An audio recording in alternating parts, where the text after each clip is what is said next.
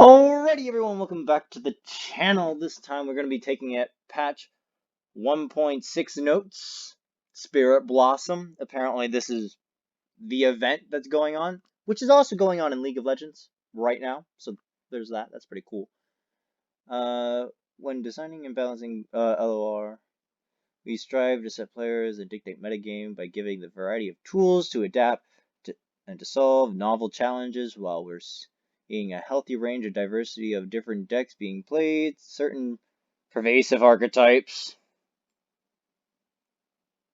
yes, have proven too consistently powerful in a way that's limiting meaningful decisions making both in and out of the game. Left unchecked, this restricts deck building choices, crowding out poor position strategies, and inhibiting player ability to adapt over time. Oh, couldn't say it any better myself. This meta is stale. Get it out of here. Several of the changes you see below. Thank you, mouse. Several of the changes you see below are targeted archetypes in a specific way. Okay, we get the details. We know what they're looking at now. Of course, they have to lead off with the Spirit Blossom Festival. I mean, this is how they make their money. Am I right? Yeah, yeah. New lab, cool. Epic quests and rewards. Free for all. Ooh, they're free for all. Event pass. The event pass is probably like the level up for the other of the regions, except you have to pay for it, which is nice. And it's all, and yeah, and you play to unlock, yeah. Oh, and you instant. Okay, cool. This is all cool. And it comes in August. Ah, that's not too far. Isn't that when the new cards come out as well? I believe that's when the new cards come out as well. So that's exciting. Exciting. All right. We knew it. Heimerdinger got nerfed.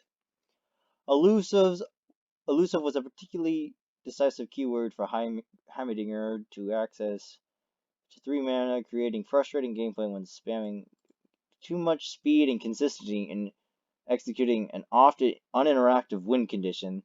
With adjusted several Heimer's turrets to more smoothly escalate his ability to create elusive threat and to better incentivize casting more expensive spells. Okay, so basically they're putting the elusive, okay, 3 mana, all 3 mana spells now create the fearsome tag. Okay. 4 mana is overwhelm. And 6. Okay, it's now a 6/1 elusive, but you have to spend 6 mana for it. Nice. Honestly, I think this is actually a fitting change. I think, though, Heimerdinger needs a rework, honestly, with his turrets. At least set up, if we want to be boring here, just to set a cap to how many turrets he can produce in one turn. Or, even better, with every turret he produces, instead of it costing 0 mana, it goes from 0 to 1 to 2 to 3 to 4. So I think that would be better. So like every turret he creates, the next turret he creates costs 1 more or something like that. That would be awesome. Uh, that'd be very flavorful in my opinion. But this is a good start. This is definitely fixes the current aches, but I don't know if it will fix Heimerdinger as a whole. Ah! Braum's back to 0 power! Yeah, makes sense. He was just too good. Like, he could trade off the 1 minions. Oh, it just, and it goes back to his flavorful, uh, you know, yeah. Yeah, I agree. Braum was pretty good. But together with Anivia, too much viable options. Okay. When making changes, well, we did an error on the side of pushing his power to a level to make sure his rework is definitely an upgrade and leave ourselves room for adjustment if he proved too powerful. This line led to a current very sharp matchups while providing very strong all-around value. Yep, that sounds like Rom. This is a welcome nerf. Like it's still a massive buff compared to what he was originally. So there's that. I will, yeah, and giving him the +1/+1 as a level up is probably better overall because it makes him less polarizing. Because like the difference between 6 and I think it was like almost, yeah, he would gain like 2 health, so like the 6 and 8 health makes a big difference. It makes a big difference because then you can actually reasonably trade with him even if he has threats of buffs. So yeah. Oh, they buffed Anivia. I mean, they nerfed Anivia. Oh my, Egg is now 1 health. Bro, this is such a at least okay. Honestly, this is good all around because especially this actually hurts her late game more than her. Well, it hurts her early game immensely, but it also hurts her late game as well because now it's easier to kill the Anivia and then have a 1 damage source to kill the egg. I think it just makes her much more manageable uh, in the late game, which is honestly a good thing. This hurts her more in the early game. Don't get me wrong, but having some more counterplay in the late game when she's like at her strongest is good balance. I mean, like it's good flavor too. Like her egg is supposed to be incredibly weak so that she's actually vulnerable, but in the late game she has like 5 health, and even if you get the trade beneficially and kill her, you often can't even have the damage to kill the egg. Yeah. Oh. Yeah, I'll be honest, it isn't too much of a nerf, but it's still a big nerf. I mean, you'll still use this card for what it's for its purpose, you know? It like like it still has its niche. It's like up against if you are a slow deck, then I have Relentless Pursuit. And I'm going to use it when it's most beneficial, when you can't react, when you're low on mana, and most of our engagements are done in the turn. I'm going to play this card, and then I'm going to keep up the pressure. So, for what it does, it's okay for it to be at slow speed. But it also takes away some of its flexibility of putting it on the stack during combat, which is a big part of it, Relentless Pursuit. So it is, I think, an acceptable nerf. I don't think it would destroy the card at all, actually. I think it will still see some use, but it will probably be like a lot more niche, but still playable. Yeah, obviously. Lucian's relentless. God damn it. Also, oh, arena bookie buffs. Now it costs 2, and it gained 1 health. Mogwai is going to eat this card up. He's going to eat this card up. God, what was that? That Ren Shadowblade deck that he made? That used arena bookie? Oh, he's going to love this. He's going to love this. We have adjusted, yes, to other Noxus 2 drops, some treasure costs, and all details for arena booking. Now has much more realistic home at 2 mana. Yeah. Yep. Yep. So it reduces cost as well. It's just, and it has better synergy. Yeah. Yeah. Yeah. It's a more viable synergy option in Noxus, which Noxus desperately needed because all Noxus has is brain dead aggro right now. Yep, I expected this. I expected it. A nerf in power. Yep, yep, yeah. This is a no-brainer nerf to me. This is like, all right, they buffed the health, so now he's actually viable. But oh my gosh, he does too much damage. he just rushes down the enemy too quickly. What can we do to make him more, toned down? All right, make him make him one less power. Because like I honestly think that the jump from 5 to 6 and the jump down from 6 to 5 is just as big as a deal as the 1 to 2 health uh jump. There's a similar value trade going on there, and I think this will put this card in a better place, and hopefully destroy a Noxus aggro as a whole. Okay, yeah, yeah, this makes sense. It just makes sense. What do you want to do? Just destroy its stat line? If you destroy the stat line, the Crimson Disciple is just unviable. But if you do it, I deal 1 damage instead of 2 damage, then you're just toning. You're making an actual consideration to trade with this card instead of it being untradeable, which is very good. Because now, like, when you attack with it, it's no longer, oh, do I just take 2 and then lose a minion? Which was, like, a terrible option. Or do I just take the 2? And almost 90% of the time, you would take the 2. The only time you would actually take the minion loss as well is if you were afraid of them having transfusion and they had no other cards on the board other than Crimson Disciple.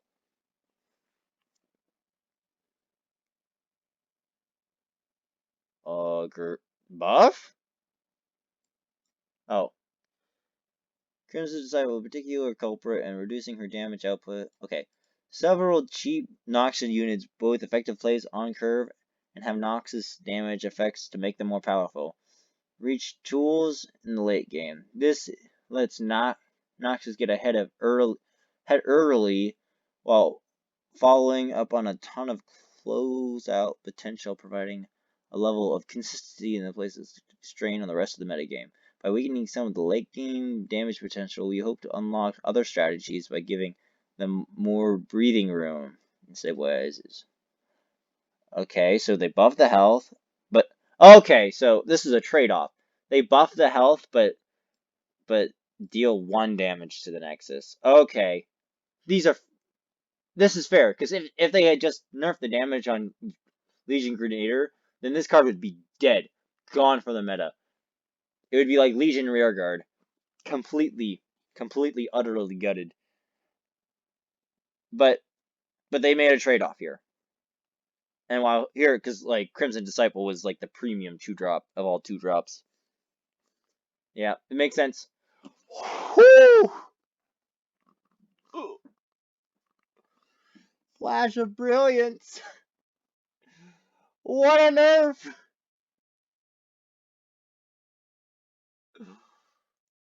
Oh, what a the flash nerf! No!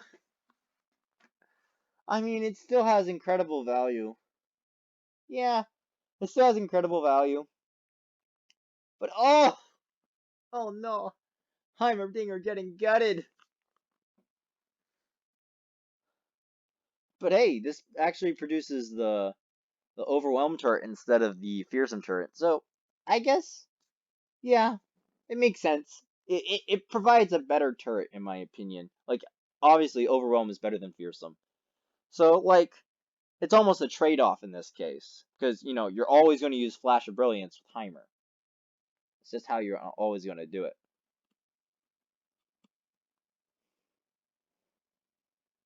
Ooh, Sunch Dredger is getting a change to play me discard 1 and draw 1. This makes this card way more viable, especially in discard aggro.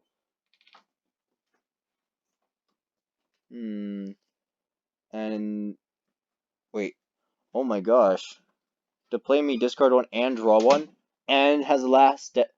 Oh, this provides so much more draw. Like before, it was like this one. Oh, and the cost was increased. Okay, that makes sense. The cost increase makes sense because that's too much value for that. Too much value.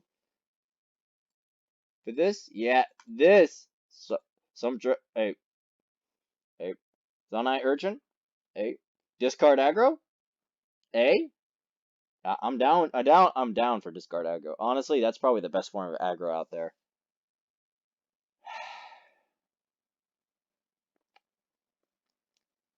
Shadow Assassin. No. The one elusive I was okay with. Unacceptable. Ugh. Why did they nerf Shadow Assassin? I love Shadow Assassin. She fit. Oh, she was honestly. I mean, she was a strong elusive. Don't get me wrong. But I loved her. Gosh, and she made such a great chump blocker. I mean, I guess that's why they kept her 2 health. Yeah, Shadow Assassin is near auto include across many Ionian decks for some time. Great utility, providing card advantage, defense, and ability to steal games with elusive attacks. I guess that's the last bit they were talking about. Yeah, obviously it's the last thing that they're targeting. She provides a significant power, resilience, elusive strategies, while also, yeah. Okay, so I understand why they nerfed her. I see that. Uh, but I'm gonna miss the old one. I'm gonna miss it. This is actually not a big deal. This is actually not a big deal. Honestly, it's still the reason why you would almost never play this card, and I mean you'll probably play it more often now that it's only 2 mana, but it's still not a super good card. It's because stun an attacking enemy. It has way more constraints than many of the other cards in the game that have a similar effect. And of course, dropping the cost will make it more acceptable. But it's still very limited in its applications. If anything, it'll be used in stalling decks. Decks that want to go to late game. I was like, oh, for 2 mana, I'm gonna stop your attack. Actually, now that I say that, that is actually kind of cancerous. I don't know about this card. Yeah, well, it's probably not gonna be just for stun-based decks. Tell you that. Oh, this is just another way that they can stop your attack. Oh, bro. I don't know about this one. I don't know about this one, Chief. River Shaper. Okay, fine. Yeah, so they're buffing synergistic cards. We knew it was coming, boys. Cost from 4 to 5. People have been talking about this change forever now, and it only makes sense. It really does. It only makes sense. Okay, Golden Narwhal costs 2 now, and it's hell. Okay, I don't know if that'll make any difference whatsoever. Honestly, you could have kept the cost. I mean, you could have changed the cost and kept the health, and it would be an okay card. Yeah, and more niche option and helps facilitate a company change to. Okay. Oh, hunt. Oh, it's not a 7/7 anymore. When I'm summon a golden narwhal wall for your opponent. It was simply too costly. Oh, they reduced the cost to 4 mana. This is a 4 mana play now? You telling me I can have a 4 mana 6/6? At worst, a 4 mana 6/4? Brother, I might actually play around with this card. Personalization, custom ad. And we'll also be adding a first deck bundle to the store. Relentless Raiders. Oh, okay. Deck bundle. Oh, okay. It's like that deck bundle they did for the initial starting quest. Alright. I like this. Expeditions, I don't care. And bug fixes. Oh, well, that sums up the patch notes. This is a very good patch. I love it. I love it. So much good things going on. Hopefully, like there's synergistic things being buffed, though not as big. Hunting fleet for some reason got buffed. Okay. Elusive nerf, Heimerdinger nerf, Noxian aggro, big Noxian aggro nerf. They got hit 3 times, while Heimer got hit twice. Relentless Pursuit nerfs, Bookie buffs, the Bookie buffs, Freljord nerfs. Yeah, it's great. It's great. And with that being said, I hope you all stay healthy out there and have a great one. I'll see you all next time. Bye bye.